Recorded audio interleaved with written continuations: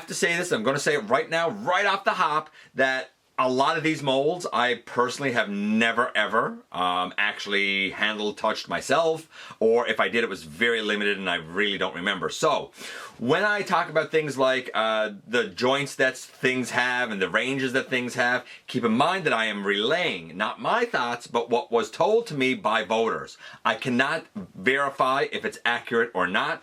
If I miss some joints or put in some that shouldn't be there, please understand that it's only because I am relaying what was said to me. If you can rectify any of those mistakes in the comments, feel free to do so, because I'm sure it would be very useful for anybody who watches the countdown and wonders, hey, is that actually accurate? They can certainly check in the comments and see, because I'm very open to saying that this is going to be one of those cases where your boy is not a master of knowing the ins and outs of all of these. With that caveat out of the way, and knowing that the topic is the top 10 most articulated G1 Transformers, let's jump into the latest GotBot Counts Down.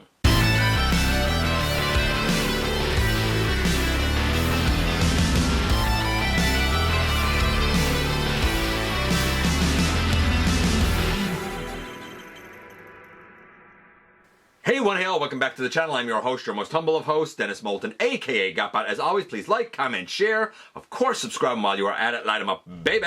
Hit that notification bell, please. Helps me out a ton, lets you know when content of all sorts goes up here on the channel. Check out Machinery of Man, The Everything Factor, all the groups that I'm either a mod or an admin for, as well as all of my social media links.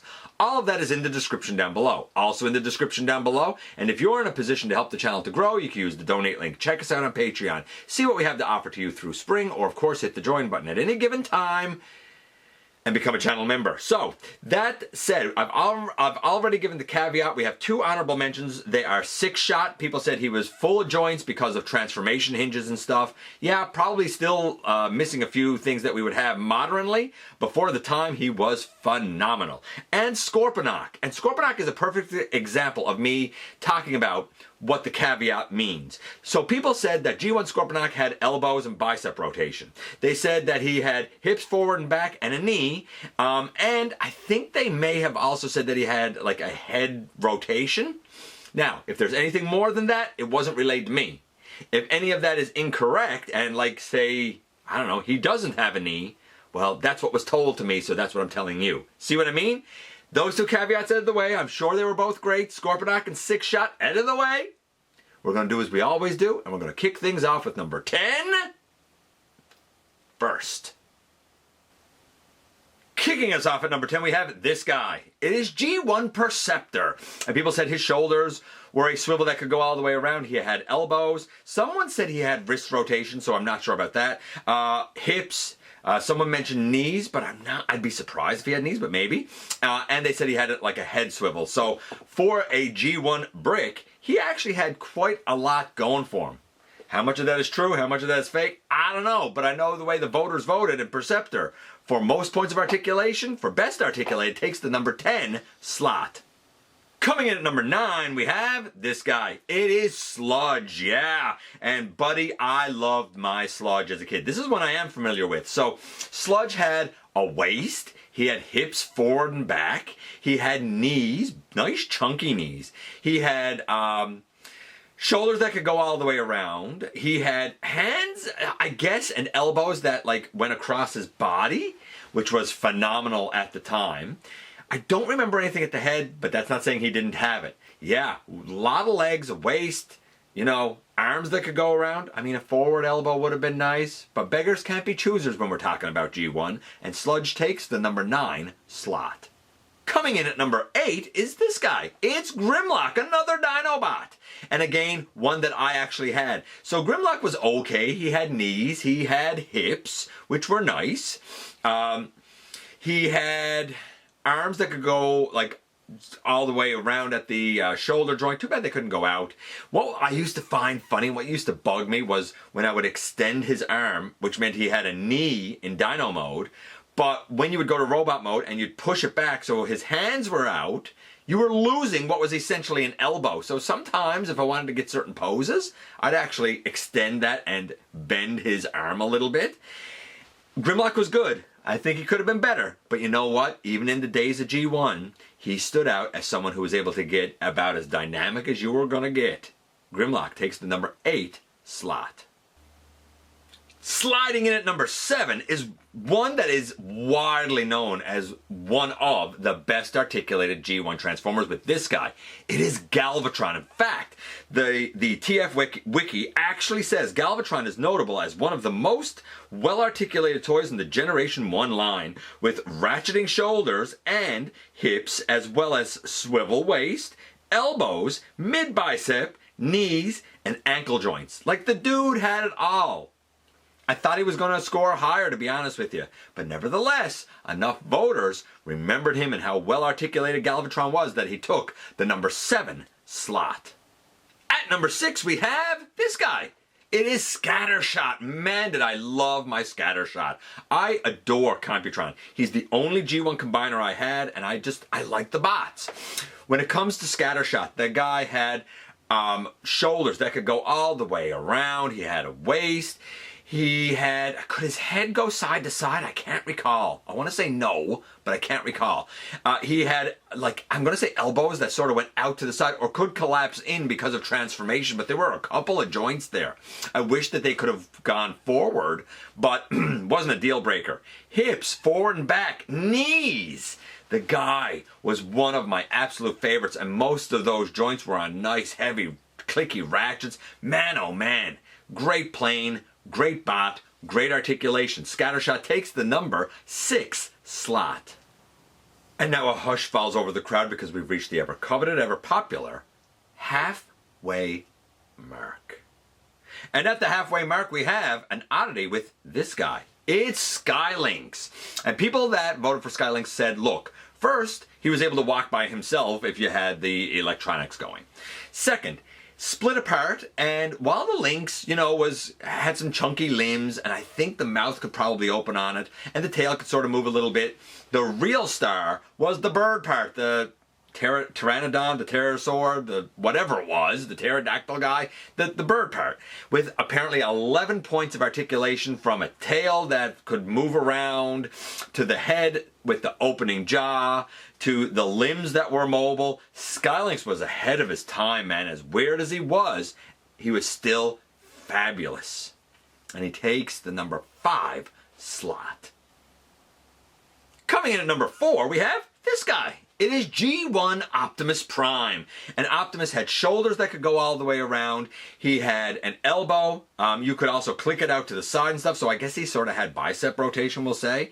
He had hips that could go back. Too bad they couldn't go forward. He did have a knee, which was great. Would have been more effective if the hips could go forward. No out to the side movement. Some people said that his head had rotation. I could never get the head of my Optimus to move, though I did hear that the head did have rotation. Maybe yours was able to move, and maybe mine was just too tight. I don't know. One person also, just as a side note here, voted for Power Master Optimus Prime. Even though that thing is kind of a brick, it did, in the smaller robot, have elbows, and it did have the ability, I think, to sit, I think the hips could go forward on that one, and you had knees, even though the legs were connected, which was a bummer. But I think you had those points. And in the big bot, while his body was pretty much a brick, the arms could go all the way around, and for some reason it felt like they were dynamic enough because of that. And I guess because the head kind of plugged in, you were able to move the head a little bit. I digress. That Power Master Optimus Prime, he didn't make the list, but I just wanted to throw it in there since there was a vote for him. But the G1 lad, yeah, he was great at the time. I felt like he was one of my best articulated bots. I felt like I enjoyed him the most. The only real 2 gripes that I had with him as a kid was I wished his arms could go out to the side, and I wished that his hips could move forward. In fact, I used to say, why didn't they just make the grill able to move out on a hinge so that the hips could have hinges to go forward? I said that when I was 5. Fast forward to the missing link, and lo and behold, what do we have? Anyway, back in the day, G1 Optimus had enough articulation points that fans remember him being able to be dynamic. Yeah, Optimus takes the number 4 slot. Coming in at number 3 is one of my absolute favorites with this guy. Hunger! Yes, Hunger! The guy had,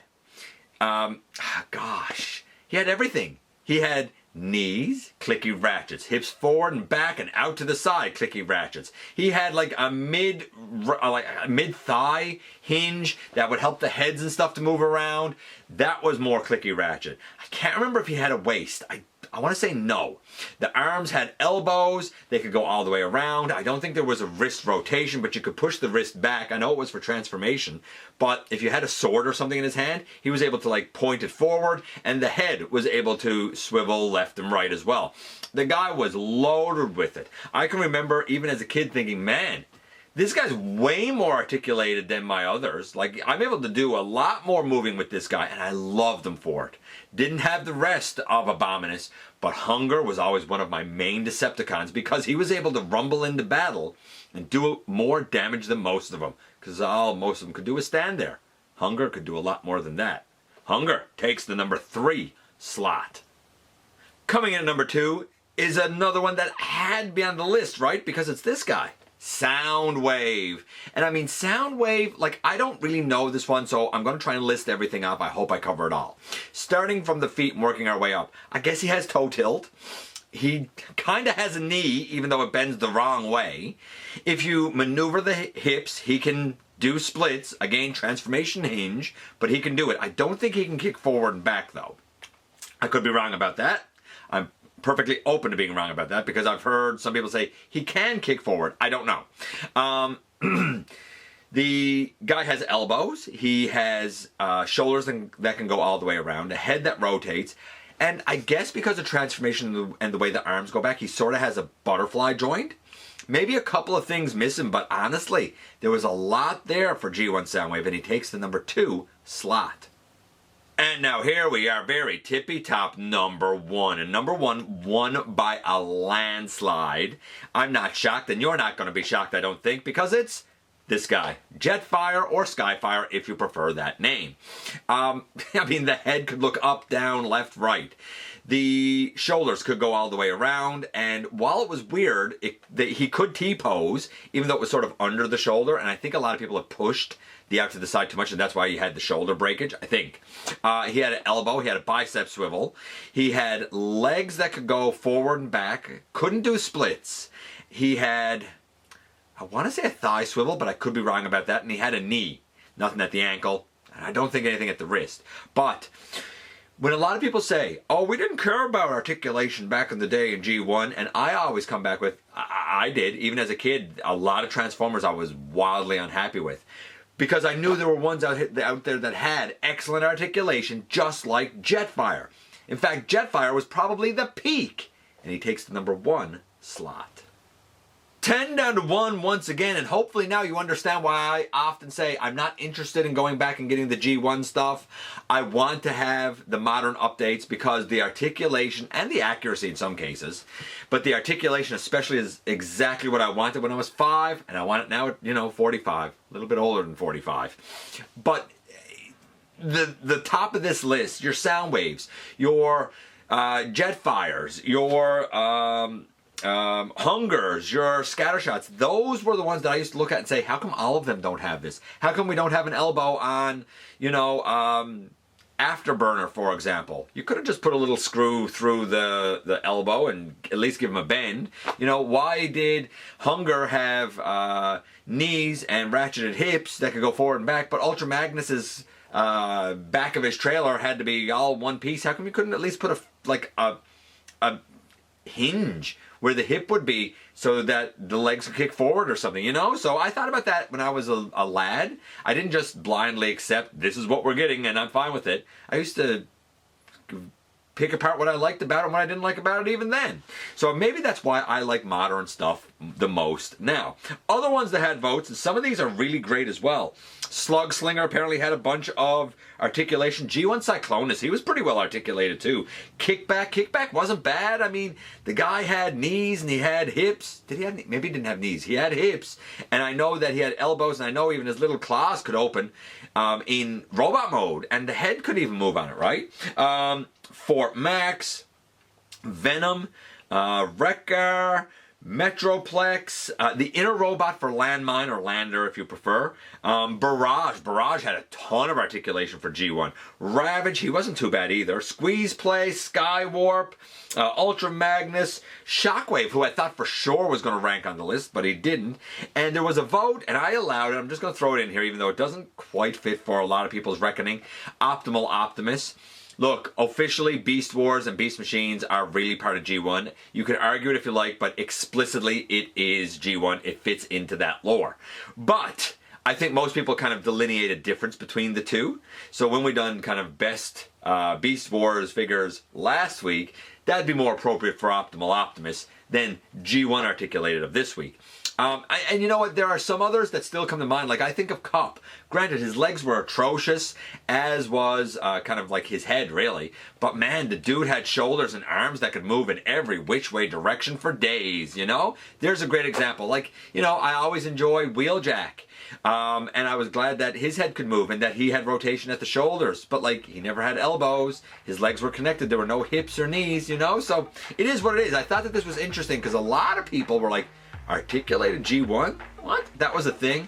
And of course, a bunch of people said, when it comes to articulation, honestly, you could have stuck in any of the Action Masters here, because for all of their imperfections for what they were, the one thing that they really had going for them was some pretty great articulation. Let me know if your favorite G1s made the list or not. I appreciate you guys coming by, giving me some of your extremely valuable time. I do know how important it is to you. If you are in a position to help the channel to grow, you can use the donate link. Check us out on Patreon. See what we have to offer to you through Spring, or of course hit the join button at any given time and become a channel member. While you are at it, hit the subscribe button, stick around and have some fun with us here on the channel. And don't forget, not for a moment, not for a second, that you right there, you do make a difference in the world. And I look forward to the next time that you and I get together to have another visit, either in the live streams on Thursday nights at the stop motion premieres or the old-fashioned way right here inside the videos.